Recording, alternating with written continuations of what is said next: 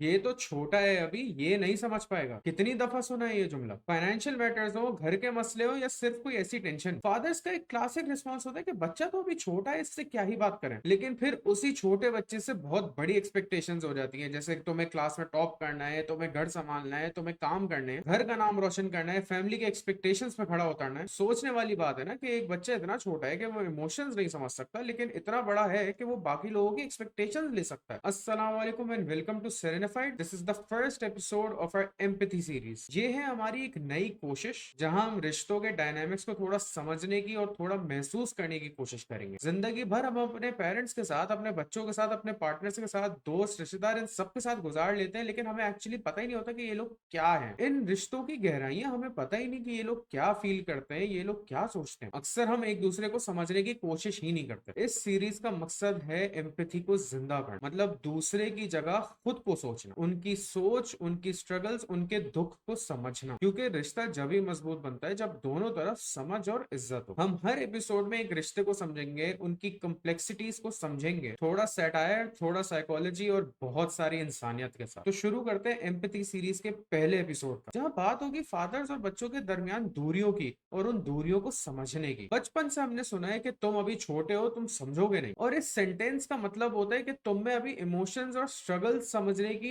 Capacity ही नहीं है। लेकिन फिर से जब ये बच्चे क्यूरियोसिटी और अपनी मासूमियत में जब वापस सवाल करते हैं तो उनको मिलता है साइलेंस, उनको मिलती है एक इमोशनल वॉल, और ये वॉल बढ़ती जाती है कि वालिद और बच्चे के बीच में गैप और ज्यादा बढ़। जैसे अक्सर आपने नोटिस किया होगा कि यार जब कोई फाइनेंशियल प्रॉब्लम होती है किसी देसी हाउस होल्ड में, तो बच्चों को अक्सर उस रूम से ही निकाल दिया जाता है कि नहीं बेटा अभी बड़ों की बात चल रही है, आप बाहर जाओ। या कोई रिलेटिव की बात चल रही है कि नहीं बेटा तुम नहीं समझोगे, बस बाहर जाओ, चलो खेल लो जाकर। उन बच्चों को कभी फैमिली मैटर्स में इन्वॉल्व ही नहीं किया जाता। ग्रांटेड कुछ बाउंड्रीज होती हैं, लेकिन वो बाउंड्रीज इतनी ज्यादा एक्सट्रीम होती हैं और उन बच्चों को इतना ज्यादा सिक्लूड कर दिया जाता है कि बाद में उनको कुछ पता ही नहीं होता। मतलब ये वही बच्चे होते हैं जिनसे 16-17 की एज में इतना सब कुछ पूछ लिया जाता है कि बेटा करियर में क्या करना है, आगे क्या करना है, तुम पैसे कैसे कमाओगे, तुम्हारा फ्यूचर क्या कहता है। उन बेचारों को जब बचपन से ही कुछ नहीं बताया गया तो वो इतनी जल्दी जल्दी कैसे डिसीजन बनाएंगे। एकदम से पेरेंट्स कहते हैं कि तुम बस बड़े हो गए हो, तुम्हें चीजें समझनी चाहिए। अरे जब बचपन में आपने कुछ समझाया ही नहीं, बचपन में जब इतनी बाउंड्रीज क्रिएट हो गई, तो बच्चा अब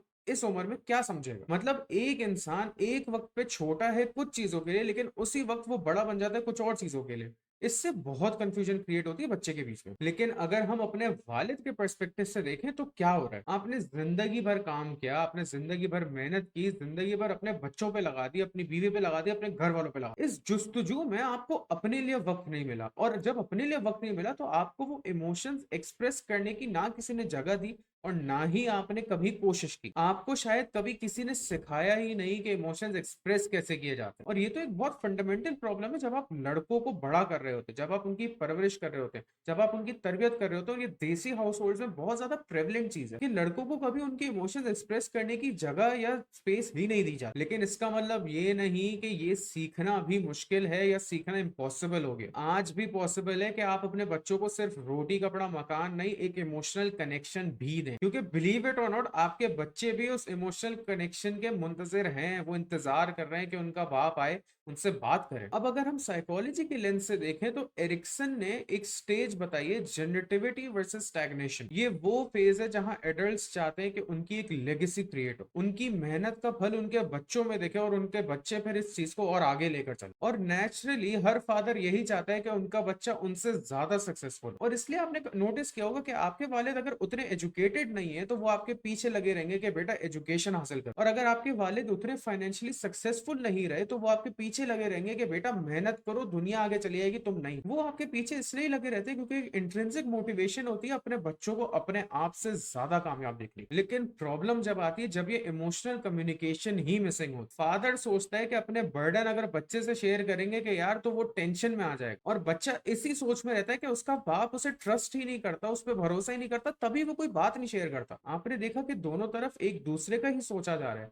लेकिन क्योंकि कभी किसी ने वर्बली कुछ बोला ही नहीं तो वो डिस्टेंस क्रिएट होता गया। ये साइकिल फिर मिसअंडरस्टैंडिंग्स क्रिएट करती है। बच्चे सोचते हैं कि वालिद उन्हें इग्नोर कर रहे हैं और वालिद सोचते हैं कि बच्चों को उनकी कदर ही नहीं है। रियलिटी ये है कि दोनों के बीच में एक इनविजिबल वॉल है जो एम्पैथी की कमी से हुई। कभी हमने सोचा ही नहीं कि यार हमारे वालिद किस चीज के थ्रू गुजर रहे हैं, और कभी हमारे शायद वालिद ने भी ये नहीं सोचा कि यार बच्चा अगर है तो मेरा ही बच्चा ना, तो शायद वो मुझे समझने के लिए ही बैठा है। इस पूरे साइलेंस का नतीजा ये होता है कि बच्चा सीख जाता है कि यार हमें कोई बात ही नहीं करनी। ना बच्चों को फिर कभी ट्रस्ट करना आता है और ना वालिद को कभी वो स्पेस मिलती है कि वो अपने दिल का हाल खुलकर बता सके, क्योंकि उन्हें कभी सिखाया ही नहीं गया। यहाँ एक बात समझने की जरूरत है, खास तौर पे फादर्स को। वल्नरेबिलिटी वीकनेस नहीं हो। इसका मतलब है कि यार अगर मैं अपनी कोई दुख शेयर कर रहा हूं तो इसका मतलब ये नहीं कि आप कमजोर पड़ रहे हैं, बल्कि इसका मतलब ये है कि आप में इतनी हिम्मत है कि आप बता सकते हो कि अपने बच्चों को, अपने करीबियों को, कि यार मैं कमजोर फील कर रहा हूं तो मुझे सपोर्ट चाहिए। सबसे ज्यादा हिम्मत का काम ही ये है, अपने बच्चों के सामने एक्सेप्ट करना कि हाँ मुझे भी कभी कभी डर लगता है या मुझे समझने में मुश्किल होती है। ये एक्चुअली एक स्ट्रेंथ है। पूरी दुनिया के सामने तो आपका एक भरम बना हुआ है, लेकिन आपके बच्चे इंतजार कर रहे हैं कि हमारा बाप हमसे बात करे। और इससे बच्चों को लेसन भी मिलता है कि यार लाइफ में स्ट्रगल्स होती है, उनसे लड़ना चाहिए, उनसे भागना नहीं चाहिए। तो आप एक्चुअली अपने बच्चों को सिखा रहे हो एक अच्छी चीज, आप उनपे कोई बर्डन नहीं डाल रहे। और तमाम बच्चों से भी एक बात है कि आपके वालिद ने जो किया उसमें भी उनका एक तरीका था, और बहुत बार उनकी खामोशी का ये मतलब नहीं था कि वो इग्नोर कर रहे हैं, बल्कि उनमें अपनी स्ट्रगल होती है जो वो शेयर नहीं कर पाते। एम्पैथी का मतलब यही है कि ये समझें कि उनकी अपनी साइकोलॉजिकल बैटल्स हैं जो हमें उनको सपोर्ट करनी है, हमें उनको समझना है, ना कि ये समझना है कि यार मेरा बाप तो मेरा दुश्मन है। इसलिए प्रैक्टिस एम्पैथी। सो फादर्स, आपने जो कुछ किया हमें उसकी कदर है, लेकिन सोचिए कि अगर आप अपने बच्चों को सिर्फ बर्डन नहीं अपनी कहानियों का हिस्सा बनाएं, अगर आप उनको ये बताएं कि आपको किस चीज ने रात को जगाया, क्या चीज आपको सोने नहीं दे रही, क्या चीज आपको परेशान कर रही है, और किस स्ट्रगल ने आपको ज्यादा स्ट्रांग बनाया, किस धोखे की वजह से आप कुछ सीखें,